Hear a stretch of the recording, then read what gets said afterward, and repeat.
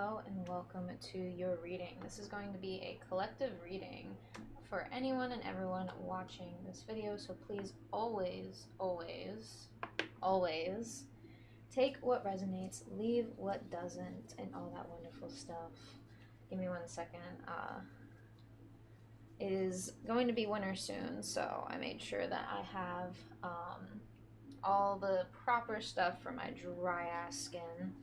Fall is like literally right at our doorstep here, and I don't know about y'all, but my skin gets super dry super quickly. So we are going to be doing like I've been doing in my recent videos, if you haven't seen, where we are pulling little charms from a charm bag, and we are going to use those to basically see if any of the symbols resonate for you, to let you know that Spirit wants you to listen to this reading, any little signifiers or things that may resonate for you to want to stick around and hear what the universe has for you.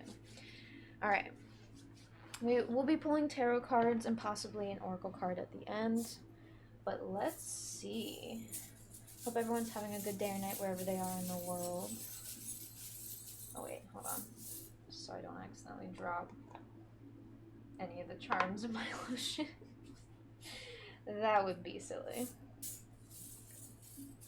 Which it's just some like simple little like body lotion I got from Lush, because they have just a lot of natural products, so it's just a lot easier to get stuff from there.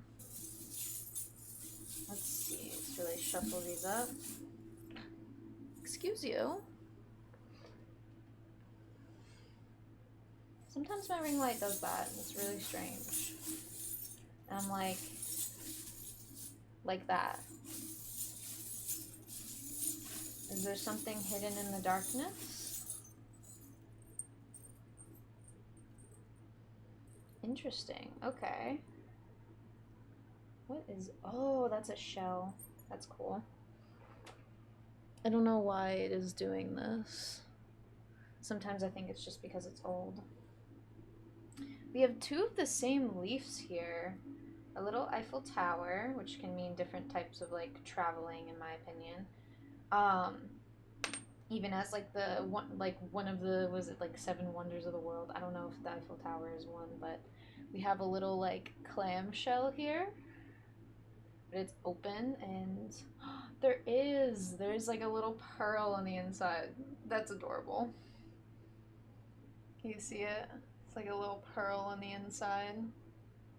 That's so cute. And then we have a little infinity sign, which is quite interesting. Ooh. So first, when I saw these two little leaves and the fact that it is fall season by the time I'm recording this, you have leaves that are literally like falling away, like falling off trees.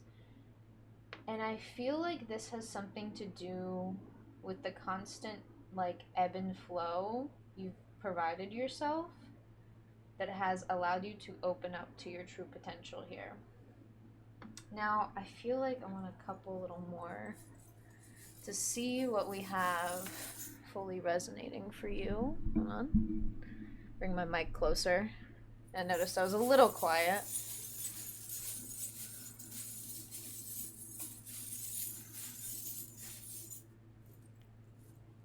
Ooh. Is this? We have like a little angel wings that have like a little heart at the center. It's a little hard to see, I know. But it's like a little angel wing. We have an owl. An owl, a hand here.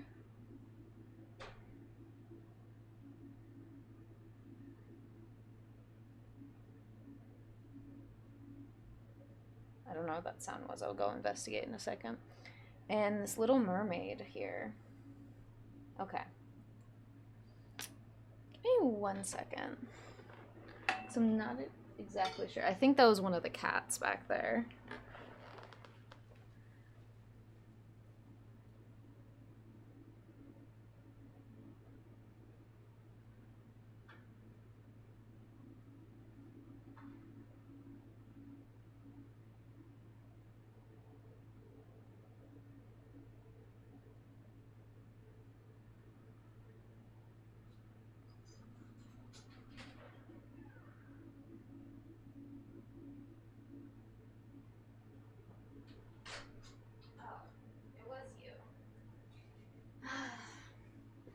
you have animals, or you know someone who has animals that are some rascals, that's definitely resonating. So, back to your little charms here. I feel like you truly are just like opening up to your true potential, but it took a lot of time, and I feel like you had help with like spirit here with the owl and this little hand. I feel like you genuinely like reached out to not just your own inner wisdom, but it feels like the wisdom of the deities and or gods or goddesses that you believe in. When I say gods, I mean just like use that as an umbrella term for all kinds of gods. But something about, I feel like the Eiffel Tower is more representing the like wonders of the world, because I feel like you're starting to see your own potential as a wonder to the world. And it's something I feel like, hold on, I'm getting the sense to use a different tarot deck here.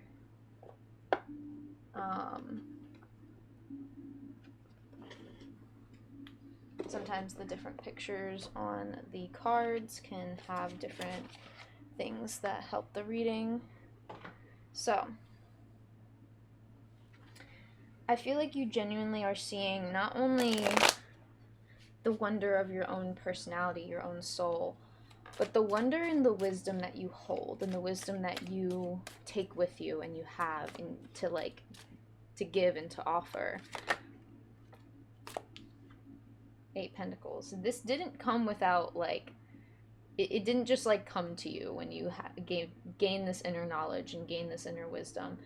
This is totally something you worked for, but worked for in a way because you knew it was leading you to something even bigger and brighter. We have 8 Pentacles, which is 8 out of 10 Pentacles, and 10 Pentacles is essentially another symbolism for the Tree of Life and true enlightenment. I say that with a lot of quotations because it's not like we don't stop learning once we reach a certain level of enlightenment about ourselves, which in layman's terms it's just a level of self-awareness. And when we reach a collective understanding, a collective of our whole selves, understanding literally everything about us, it's because we put in the work to do that. And I'm getting that you really need to give yourself credit for that, because I feel like you're sitting here, collective is sitting here thinking that they're the only ones to think the way that they do, but you know that's not true. But I think it's just with a lot of different things in this day and age, we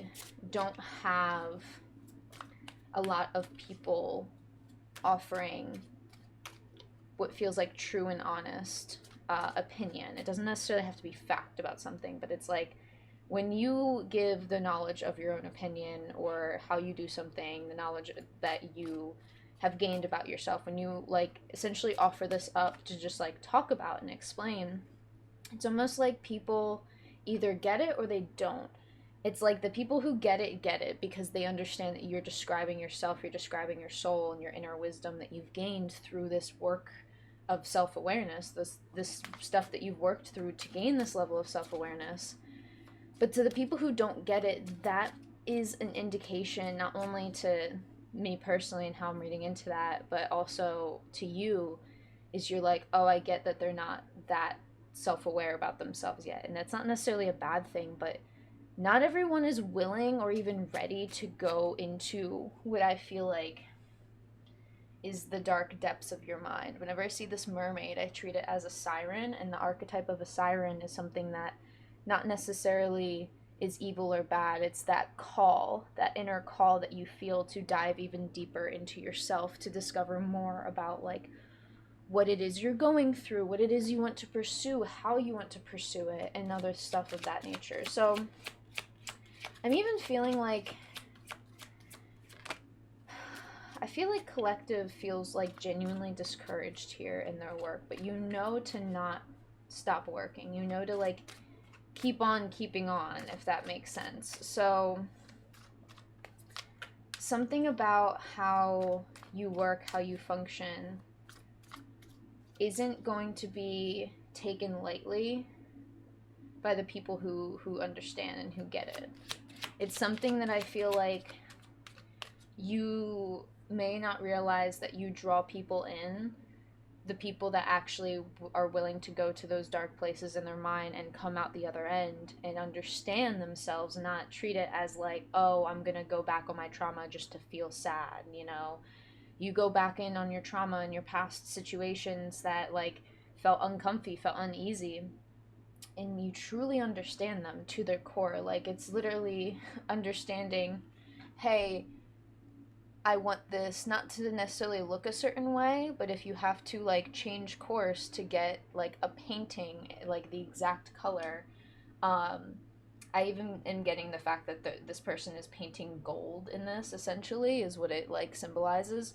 Painting gold and trying to get the reflections and light refraction right on gold itself, you are using so many other colors other than just like yellow.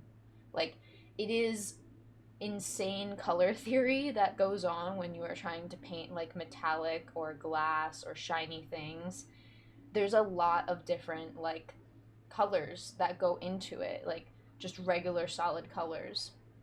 And I think that this is the thing that you're like really trying to discover. Like, if you want to get it right and understand this pure heart of gold I'm hearing you have, you know that it's not going to just be slapping gold metallic paint on something and calling it a day. Like, it's like, in that sense, it literally is like a metaphor of just putting like gold plating over something and calling it gold when the whole thing isn't really gold. It's maybe like silver or copper or something like that. And I feel like we see that a lot nowadays, of people being like, oh, I'm just gonna slap like this gold plating on something and call it shiny and it's gold. Technically, yeah, it's gold, and they'll argue like the semantics of it being gold or not. But at the same time, all you're sitting there doing is understanding like, hey, no, that's not full gold.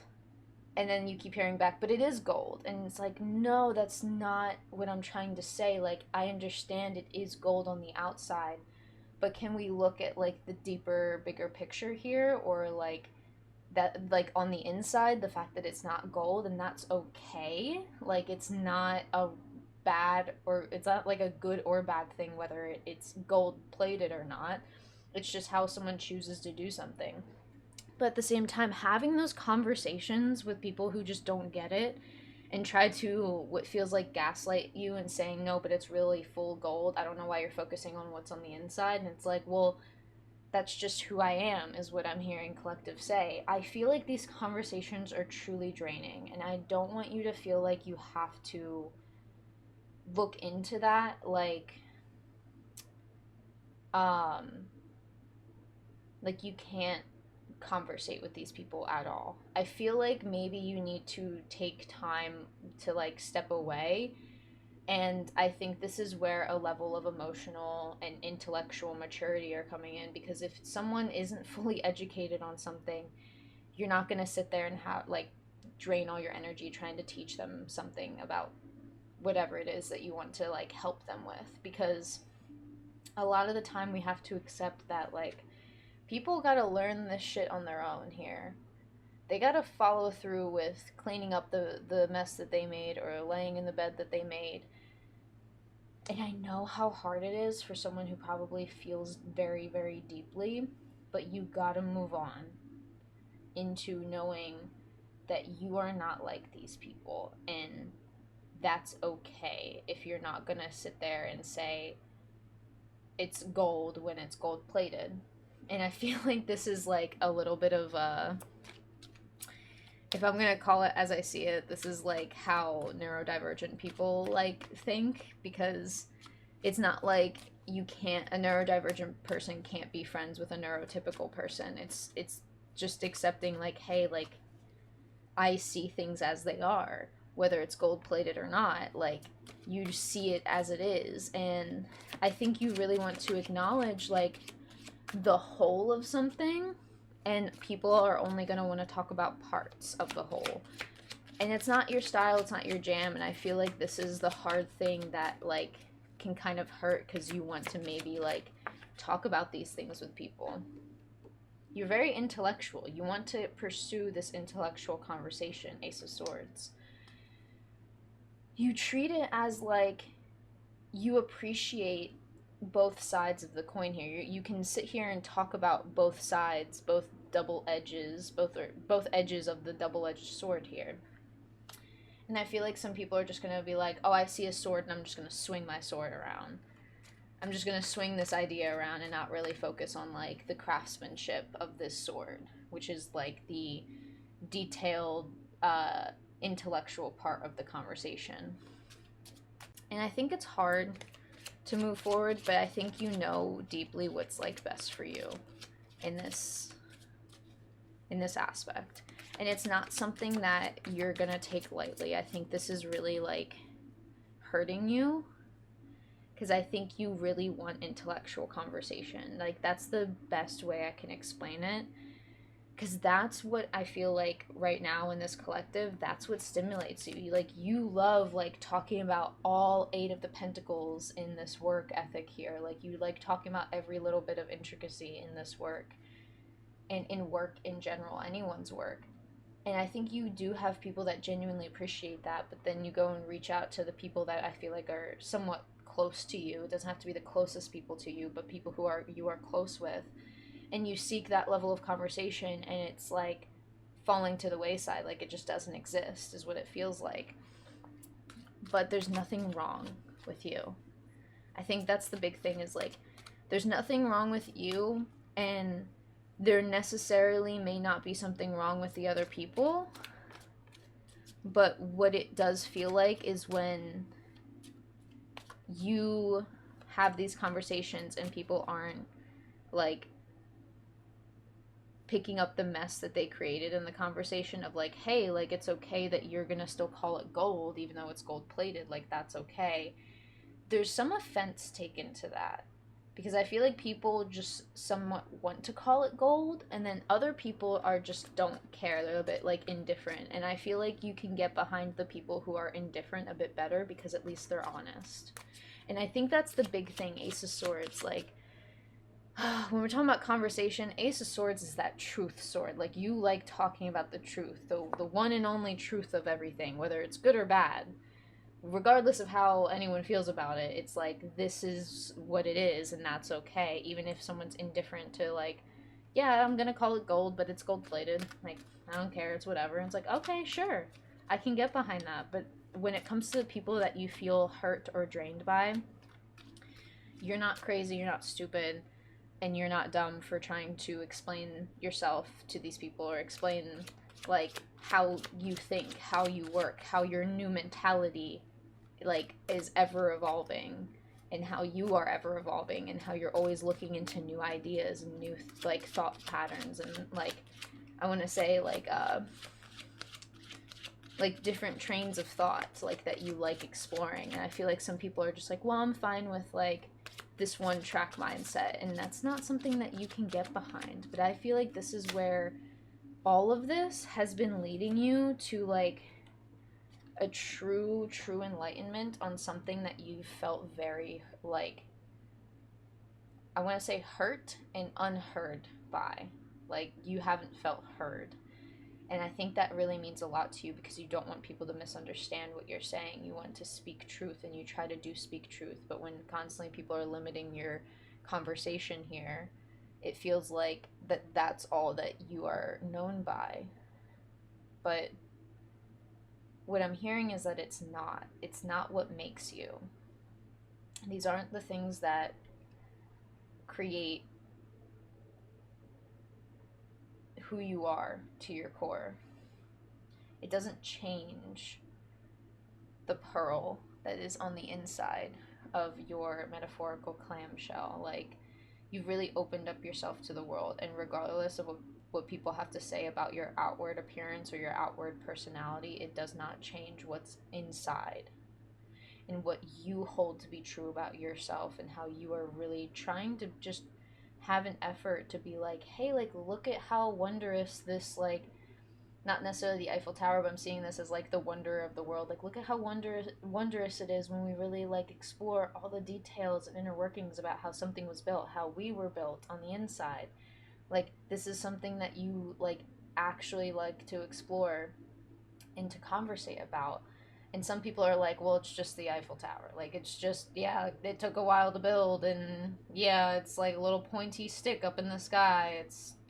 It's not that great, and it kind of makes you, I feel like, a bit sad, because you know some people aren't being accepting of themselves as you are accepting of them, of yourself. And I think that's what hurts, is like you want to show people how to accept themselves, but you can't do it if there isn't any willingness from the other person, the other party. And this is where I feel like you, and how you create conversation, and how you explore your own thoughts, your own mind, explore new things all the time, new ideas, new mentalities, new mindsets. It hurts you because you feel like people are going to get the wrong idea constantly. And I feel like you have to sit here and accept that, yeah, they may get the wrong idea, but you know who you are at the end of the day. And it takes a lot of healing to get through those emotions, because it's something that is going to hurt. Like, sometimes it feels very lonely. But I feel like the fact that you are open about it, and open in general, you're showing people who you truly are. And it may feel vulnerable, it may feel lonely, but when you are open and honest, you are actually showing other people who feel this similar way about themselves or about life in general. You're showing them that they aren't alone, and vice versa, know that you aren't alone when you actively, like, are honest about how you feel about something. It's not going to be something that is talked about often, is what I'm hearing that you explain, and how you view the world, and how your mentality is on things. Like, it's not a common thing. And if it is common, it's not talked about, let's say online, or talked about in the workplace. It's not talked about a lot. And this is where the Queen of Wands always has this, like, mysterious nature to themselves. Actually, I'll take that card because it keeps coming out. But everyone knows that the Queen of Wands is consistently working on things. There's always something that the Queen of Wands has, like, in the background that they're working on, whether it's themselves, whether it's a project. You can't sit there and say that the Queen of Wands is lazy, because at the end of the day, a true matured Queen of Wands isn't somebody that is going to, you know, sit on the sidelines of something and pretend like everything. It's like, I don't know why I'm getting these words, because I wanted to finish my sentence, but it's like, someone, you're not going to sit here and pretend everything's okay. You're going to sit there and be honest and say, yeah, I'm working through stuff. We have the Emperor card out, Queen of Pentacles, and the High Priestess. You know your worth, you know your value, and you know that when you work towards something, you get it done, and you plant seeds of opportunity and grow them to their, like, highest potential, fullest abundance. You really grow and work on things so they come to fruition. That's what the Queen of Pentacles energy is all about. The Queen of Pentacles understands where the best location for the best soil to grow the seed of opportunity, or the seed of an idea or mentality. The pentacle that she is holding is essentially the start of something new. It doesn't have to be something new currently, but, like, that's how it's usually seen to me, is that, like, she knows what's best for this path at hand, for this thing that you want to start to grow, start to work on. Or it's something you already currently are working on, and you're planting new ideas around it, you know? And I feel like with the Emperor card coming right after the Queen of Wands, it's like this idea of every time that you are working on yourself, you are building your structure of, like, person, not just personality, but your whole entire person, stronger with each and everything that you work through. And I know it hurts, because I can feel my heart just feels very, very heavy right now. And if this reading is making you any bit of emotional, just know that I wish I could give you a really big hug. And I'm going to be honest, whatever opinions you have about something that are very true and very honest about the world, it's not just you. it's not talked about often. It's like uh it's not like a hidden secret, but it's like the universe's best kept secret about something. I don't know how else to like kind of get it across, because I feel like it's not talked about until it's starting to be talked about, and then there are people who are flooding in like, yes, like I've been seeing this too, like I this is what I've been experiencing too, and it sucks and I hate this. And it's like that's what the conversation is around it. But you wouldn't know those people are out there if you don't actually kind of, not necessarily give yourself up, but give up the whole I need to hide this part of me. And I think that's the thing that you're kind of giving up, is like, well, you've already shown your whole hand. And it doesn't scare you. I think it just makes you feel hurt knowing that physically I feel like you are alone in something. And it may feel that way, but I think it hurts even more in not being able to have the voice of truth being the more outspoken thing that's going on. And I see this little angel wings right near like the leaves on with these little charms. I don't know if I can like really show it to you if I pulled it like really close up. This camera does not focus. But that little like dot in the center is a heart. I know it's hard to see. um Whatever's being just let go of, your angels, ancestors, spirit guide, anyone that is here in the other realms for your highest good, whatever you believe in is here for you, because they know how deeply you feel about something, how deeply you are, I want to say intellectually like passionate about something. It's not even passionate, it's just like this Ace of Swords is like you truly abide by things that are true and just. And it's something like you're not here to essentially judge anyone. It's more of just like you're actively going to like explain things how they actually are and not just beat around the bush. Like you are cutting through that bush with that sword of truth there. And this is where the high priestess kind of comes in.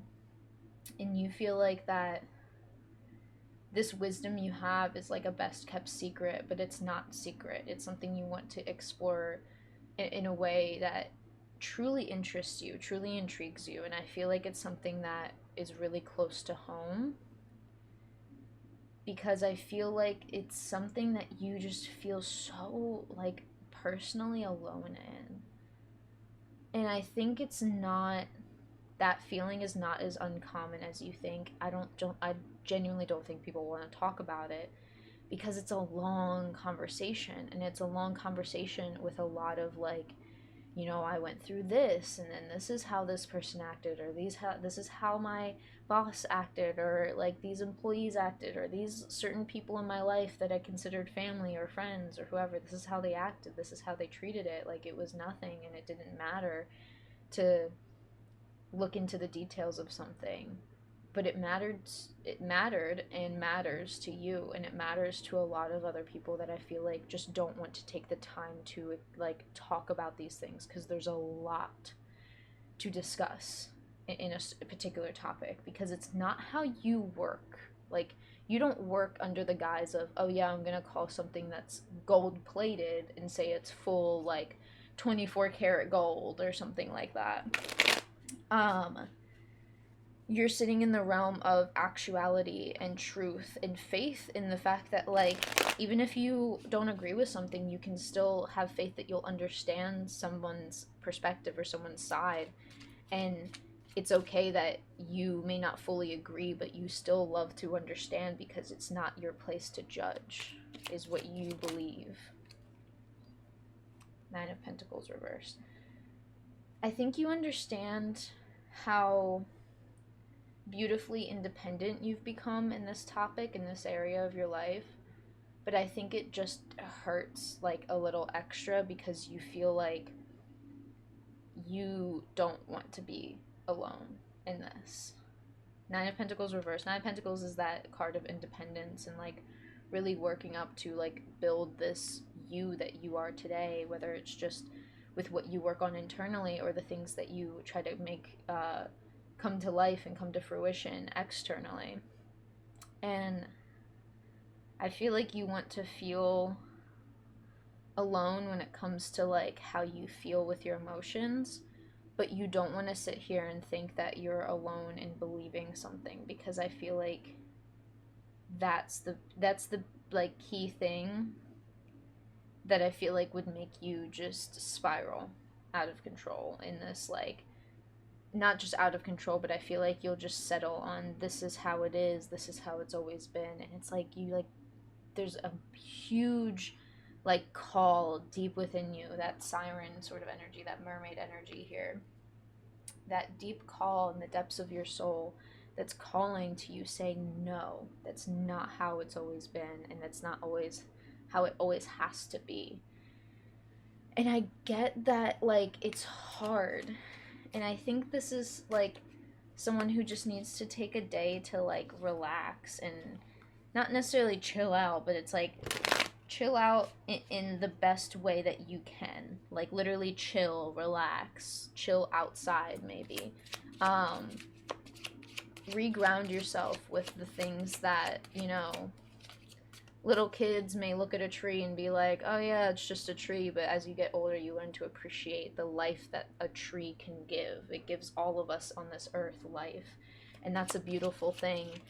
And it's not surrounded and crowded by all of these different like things that don't really appreciate the inner workings of how a tree works. Like the fact that you can appreciate that, and you know others do in the world as well, that's the thing that you have to ground yourself in. And whatever it is that you're feeling, don't force yourself to not feel it. I feel like you get very worked up in the fact that like it's like you just feel deeply about something, and it's not your fault that you do that. It's not wrong, it's not weird, it's not gross, it's not overthinking, overreacting. Just everyone operates differently. And you operate in a way that I feel like is a little less uncommon than you think. Seven of Wands. You really gotta let yourself, like, go with the flow of your own emotions. And it's not wrong for wanting something. Just because you want people to understand you in a conversation, that's not wrong to want that thing. You're not stupid for wanting that. I think that's the like greatest key information and greatest like key takeaway spirit, universe, whoever you believe in wants you to take with you, is like the key part about this is that you move forward knowing that you choose your own path. You don't choose it off of anyone else's pressure or hearsay, or this is the best option for you, or I know you best, this is what you should do, kind of a thing. You gotta move on and move forward with the fact that you know how you want to pursue your own life, how you want to pursue people in general, in conversation, whether it's just conversation or how you want to give your energy to them. And I know how difficult it is to move through the emotions, but one thing you can't feel guilty for is wanting actual, like, intellectual conversation, in the sense of, like, getting to the root of the issue, an actual, like, hey, I'm projecting my voice, but that doesn't mean I'm yelling at you, kind of a thing. And just because I'm frustrated in this moment doesn't mean that I'm mad at you forever. I just feel like you gotta be understood, and you gotta feel like you're understanding the other side as well. Like, you want to be understood, but you also want to understand the other party or the other side of this thing. And I feel like someone's really apprehensive about like giving you the whole understanding of something, because they don't actually even know their own truth about it as well. They don't know what they feel around it. And it sucks, but you can't feel guilty for wanting something, because that is sending you right back into the loop of, oh, well, maybe I should just listen to these people. Maybe I should just follow in these people's footsteps. And I feel like that's the thing that you know is leading you to heavy burden. Literally the card of heavy burden, 10 of Wands. Wasn't even going to say it like that until the actual card came out. And the thing is, 10 Wands isn't weight that you carry forever. This is weight that you use to build you up into something brand new. It's something that you can use these things, use these, I want to say, burdens as a stepping stone to your highest self, your highest potential, your fullest potential. And it's not going to happen without your effort. So I feel like you need to understand that just because you want something isn't like a bad thing. It doesn't make you stupid, it doesn't make you delusional. It makes you a person, it makes you human. At the end of the day, it truly, truly makes you human. And there's absolutely nothing wrong with that. And I think that's the key thing that really needs to be healed here.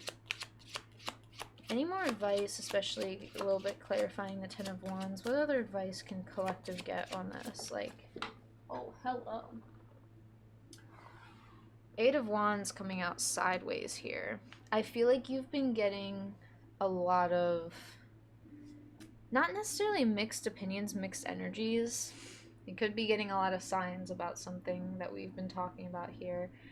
But I feel like you've been getting a lot of signs to not necessarily let go, but like different ideas on how to move forward and move on from something. Like it's not always going to look exactly how it looks for other people. And this is also the aspect of healing. Like healing is never ever ever going to look like how other people heal. Like we all got different burdens that are woven together by a different supporting argument is what I'm feeling for you right now. Something's woven together by different supporting, like one single supporting argument, but also it's woven into different like things that like feel like they burden you, but it also it can be something that also builds you up. Like if you take one wand out of these 10 wands, use it to craft something up and to not necessarily shape it to your desire and like justify something to yourself. It's literally just using it to build something stronger. And the way I can explore that is like maybe you take a couple of these wands here, and wands are like wood, so I see that as like making a couple arrows and then using another wand to essentially make a staff for your bow and make a bow and arrow. And I feel like that's the like key, to use these things that burden you to propel you into understanding yourself, to propel you into the true lesson at hand, that is believing in yourself, believing that you can do something, believing that you can be a part of this mentality and it not be a bad thing. I feel like that's where it feels like you feel like the knowledge you have and the knowledge you've gained about something isn't like, it doesn't feel good. Is I feel like what it is at the end of the day, it feels wrong, but it doesn't feel like you would have wanted to be blinded by this the whole entire time. I feel like you wanted to know about this, but it just hurts to know. And this is the true lesson that the Hierophant sometimes teaches us, is when we go to the Hierophant and we see this teacher, this all-knowing thing, whether it's spirit or even just people in general, they're going to hit you with the hard truth. But they know that, I feel like even the universe knows that they're not going to hit you with the hard truth when you're just not ready. And this is the universe basically like saying and committing to the fact that like we're not going to slam you with the whole entire truth at once, because it's something that you have to learn how all of this stuff that is, oh, this truth hurts and that truth hurts and this truth hurts, how this is all woven together by one like anchoring burden or ideal or like path to something. And I feel like it's the path of like wanting to explain yourself and wanting to understand the other party or the other person or the other side, and you just want to be able to have a civil conversation, or a straight and narrow and like civil, like, hey, this is what I feel and this is how this is how I feel and this is how this person feels. And hey, now we know, and now we can move on with our separate like lives and continue that, knowing that we understand each other now.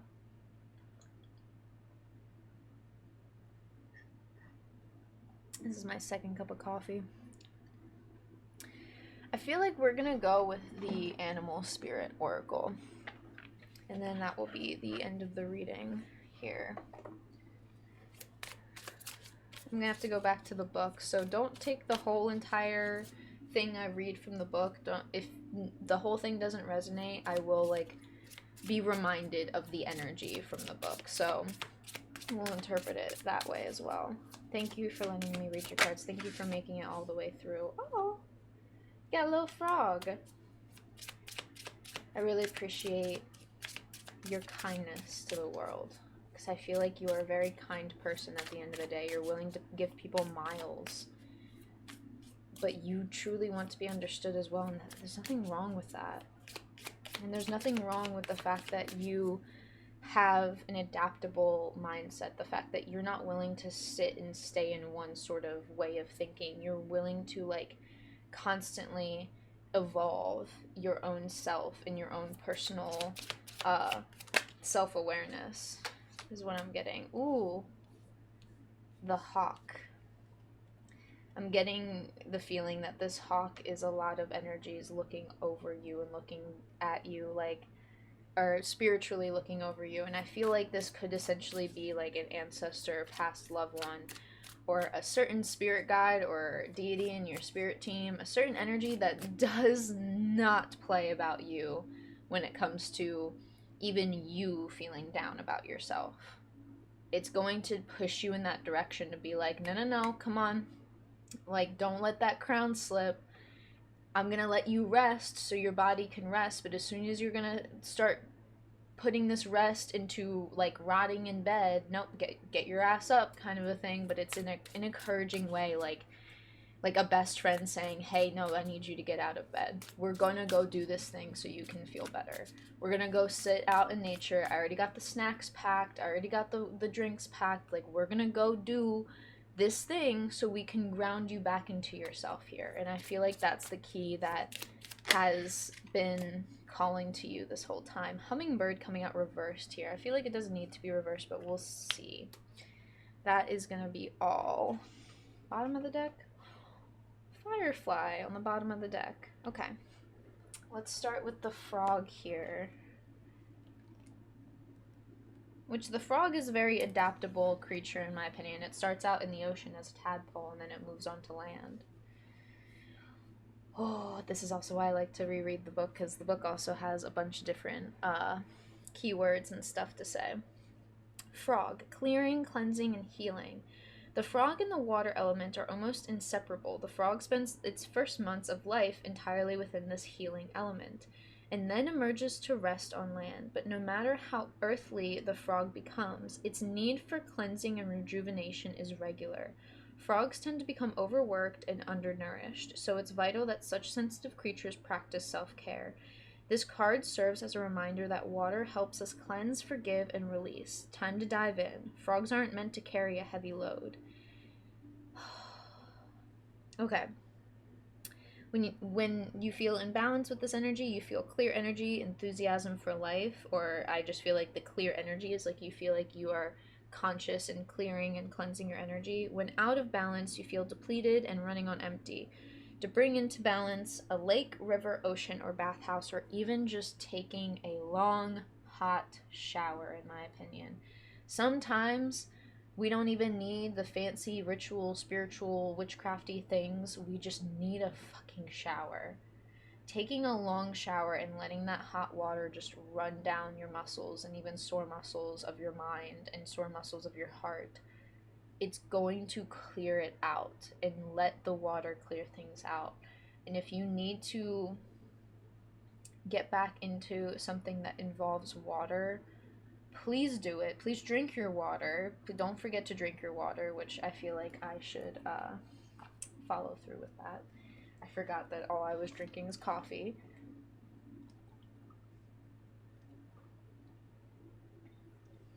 I caught that little water droplet before it fell. See, we just had some water together. I need to have more. I don't know about you. But, oh, dang it. I thought I had more water down here. Dang it. I feel like you understand the cleansing part of what you need to do. But it's hard knowing that it's like, I feel like it feels like it's hard to like get up on your own and do something. But if you don't do this self-care, you're going to be constantly running on empty and constantly feeling that you're running on empty always. And I don't feel like Spirit wants that for you. I feel like Spirit really wants you to be able to lift yourself up. And it's like I'm hearing the words hold yourself to a higher standard, but it's not like you don't already do that. It's more of like you want to hold yourself to a standard of, hey, I know what I believe in. I know what I'm going to take care of myself in. And this is what I need to do, this self-care. Like, I have to do this. And really standing on business on that in a very silly way. All right. We have the hawk. Excuse me.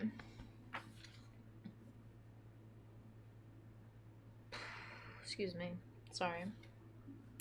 The hawk, watchful, all-seeing, messenger of divinity. The sharp eyes of the hawk watch our every move. This keen-eyed bird has the ability to see every little detail as well as the bigger picture, which I feel like is you during all of this stuff that we've been talking about. When this card appears, fate has its eyes on you, and the winds are shifting. It is said that the hawk carries news upon its wings, and it's sent from divinity itself to deliver. The message should not be taken lightly. Though it may seem small or insignificant, it will eventually redirect your course. When you feel in balance with this energy, you are seeing clearly and intuitively. When out of balance, it's like you see too much and become suspicious. To bring into balance a perspective shift. I think the perspective shift for you, it is not wrong for you to want this genuine conversation out of people. That is not wrong. And I don't know who has made you feel dumb, stupid, and regretful for wanting those things. They're stupid and dumb. I'm just gonna say it for you. I'm just gonna be your little spiritual bestie and say, hey, they're dumb, okay? That is not a good way to treat people or treat people that you say are your friend or something like that. I just realized there wasn't much lighting on me. This isn't a good way to explore yourself by constantly saying, well, it's bad that I want this thing, or like we can all sit here and say that we want $1 million, and it's not a bad thing to want that. I think that's a very self-aware thing to sit there and say, yeah, I kind of do want this, and that's not wrong. And I think that's the key thing. It is such a small thing to tell yourself, but the amount of healing that I have had, and I'm going to give you an example, and if you want to consider this some trauma dumping or whatever it may be, I am going to explain why I don't speak to my mother currently. I know a lot of people who have gone no contact with their parents, or just a lot of people in millennial and Gen Z generation, even some people who are older have like went no contact with people that they care about a lot, whether it's parents or not. I am not wrong for wanting a mother-daughter relationship even after the fact and years after the fact that I went no contact with my mother. That's not wrong for me to still want a mother-daughter connection, a mother-daughter relationship, a mother-daughter bond. That's not wrong of me. It's just something I have to accept, that like that isn't a wrong thing. And when I really figured that out, and it took a while to, I finally got it. I finally understood what was holding me back. It kept going on this loop of like, oh, I'm stupid for wanting this relationship with my mother because she'll never change. But that's the thing, the exact thing that would put me right back on that loop again.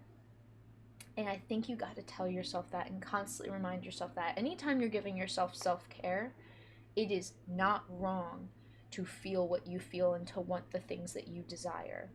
and to want the things you just want in general. There's nothing wrong about that. And I think there's a lot of people that like to treat it as wrong. We're going to move on to the hummingbird here. Positive, enthusiastic, spiritually resourceful.